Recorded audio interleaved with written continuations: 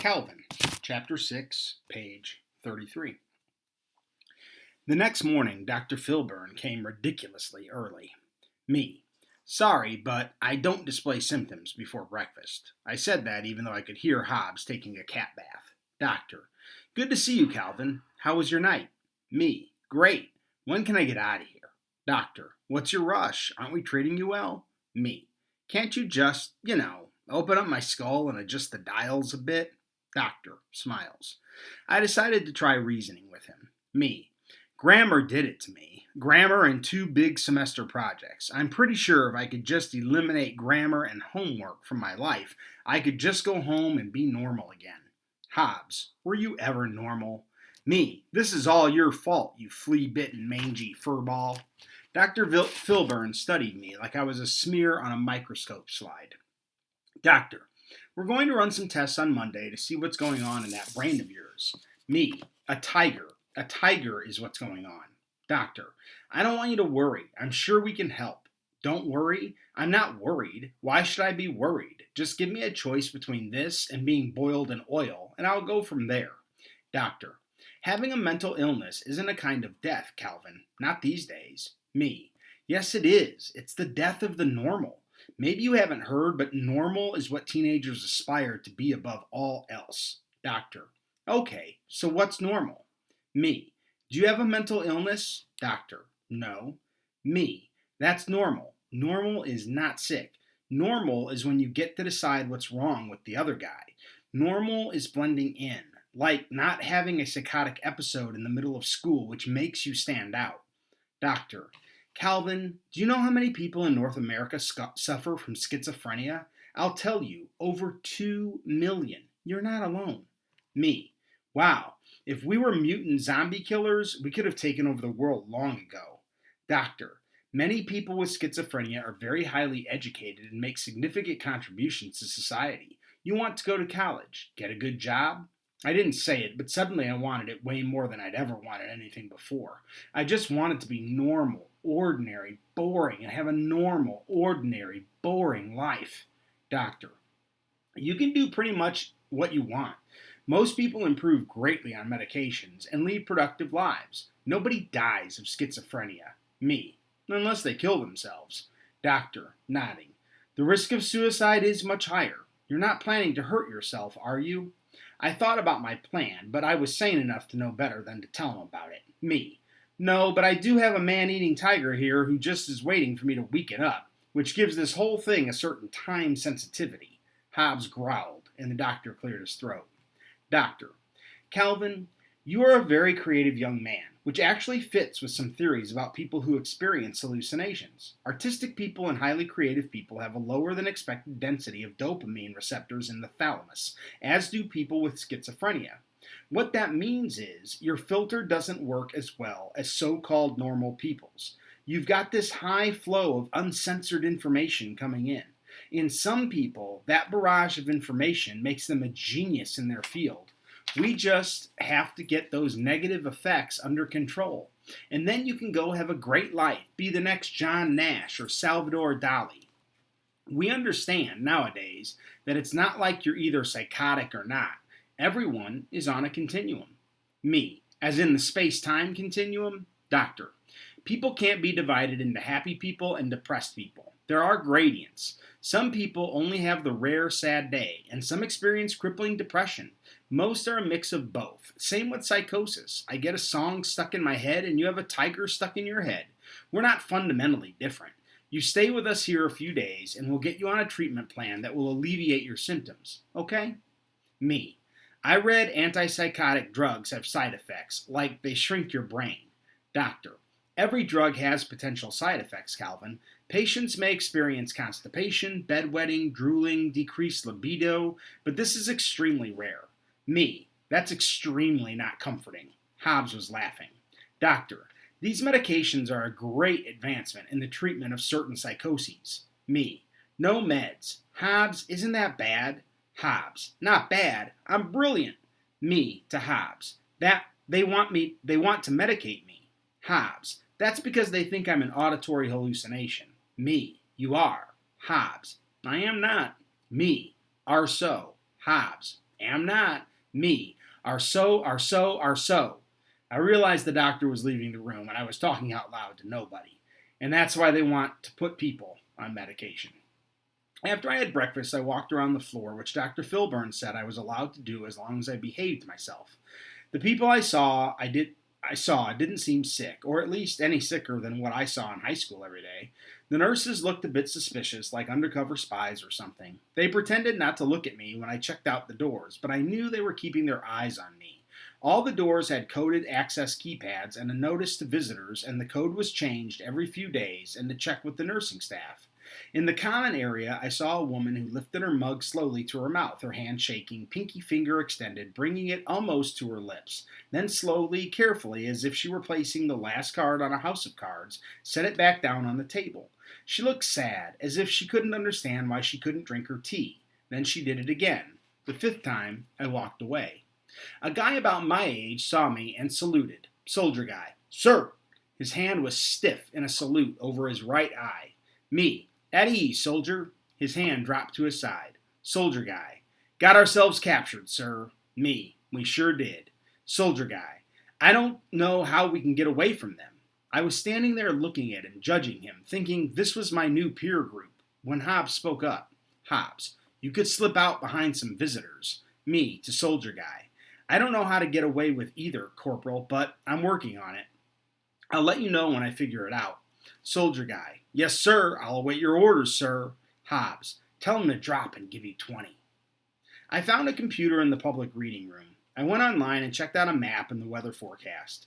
I'd saved $800 in my entire life, which would pay for about 8 days of college. Instead, I would do this really cool thing with it.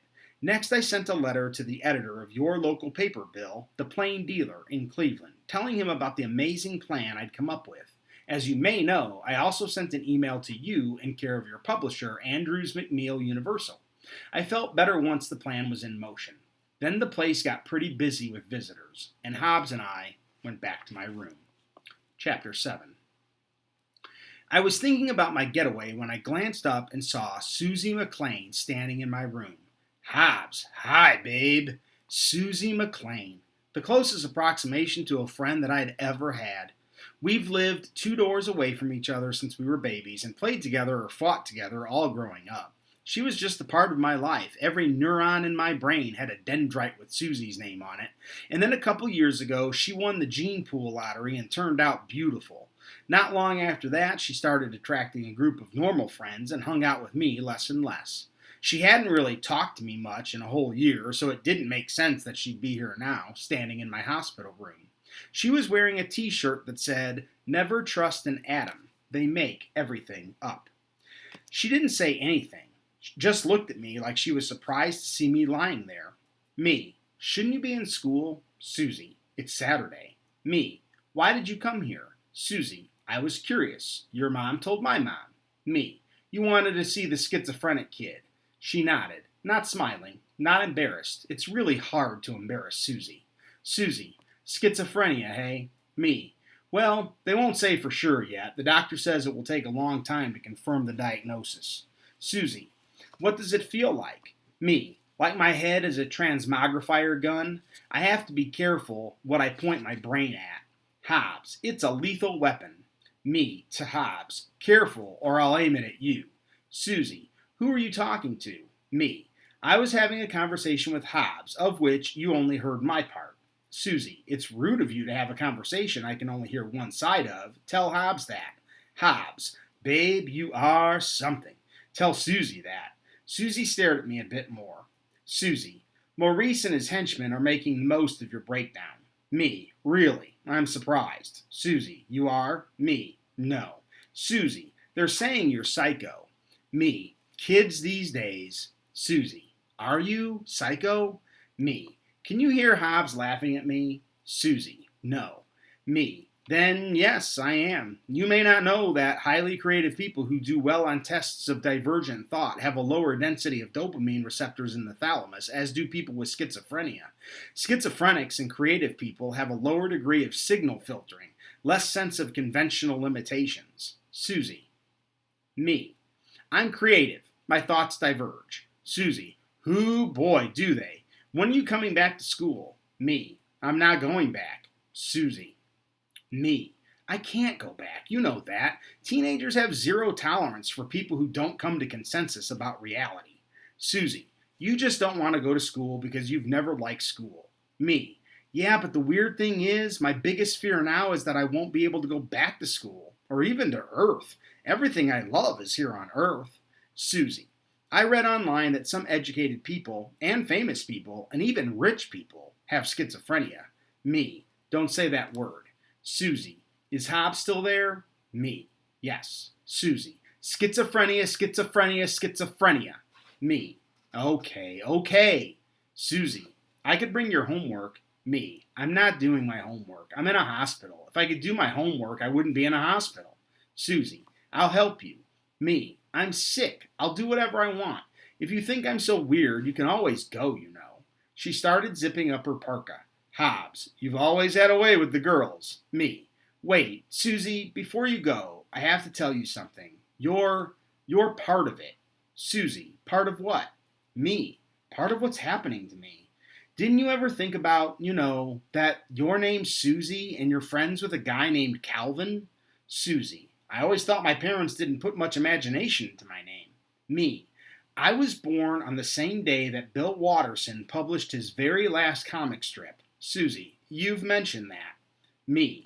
My Gramps gave me a stuffed tiger called Hobbs. I'm hyperactive and pathologically imaginative.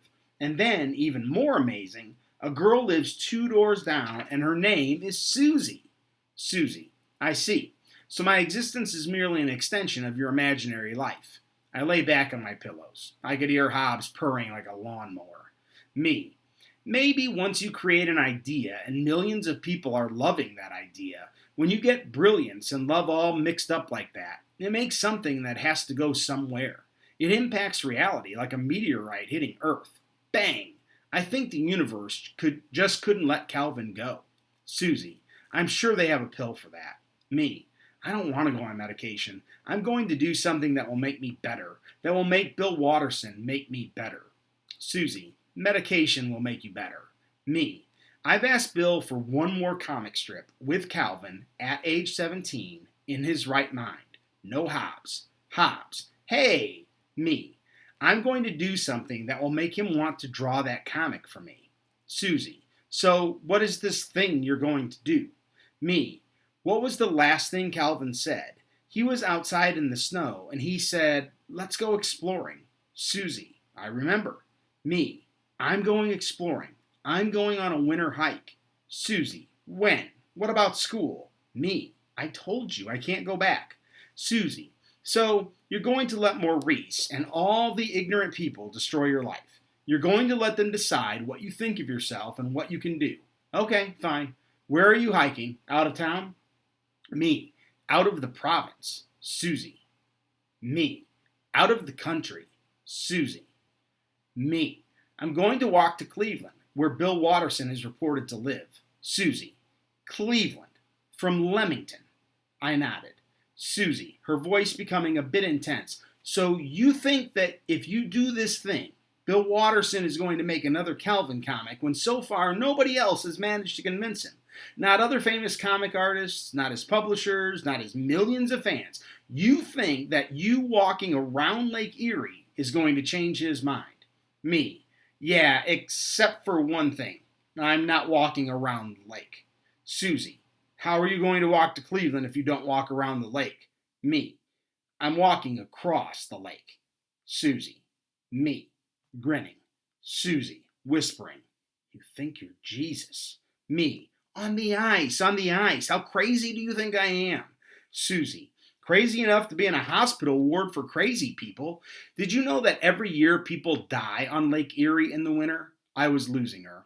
I could hear Hobbs laughing in some out-of-my-vision corner of the room. Me. It's been below freezing for a month, and Susie. You're trying to kill yourself. Me. Suze, you have to do something big to get something big. Everyone wants more Calvin comics, but they don't need it. Not like me. And even if they did, they don't need it enough to do anything. Face it, nobody has tried very hard. This will be a pilgrimage, you know? Susie, a pilgrimage to kill yourself. Besides, it's manipulative. Me. I'm not manipulating him. I'm just showing him how much I need him. People write letters to Bill, but nobody's done a pilgrimage. Susie.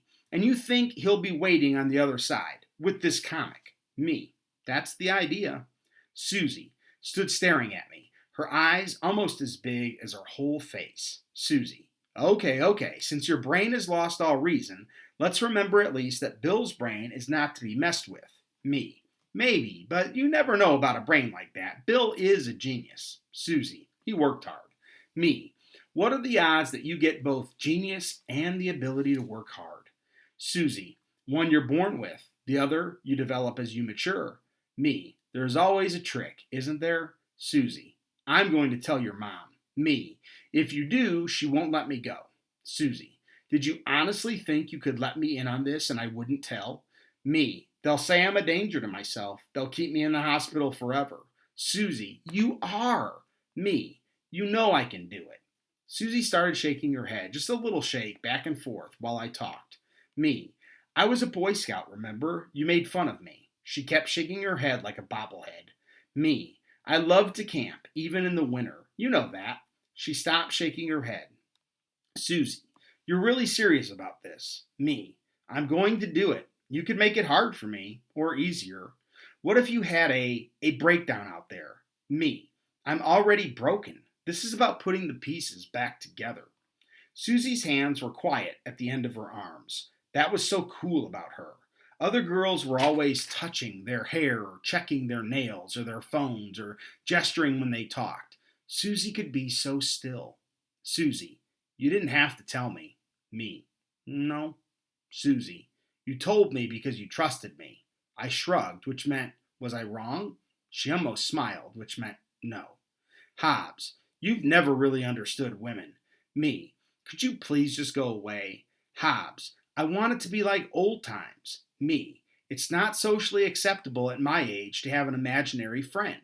Hobbs. Do we care? Me. I care. I hear you because I'm sick. I'm sick because I hear you. Susie. I'm going to be kind and assume you're not talking to me. Me. I'm leaving now before my parents show up. Susie. I'm coming with you. And that's when I realized she probably wasn't any more real than Hobbs.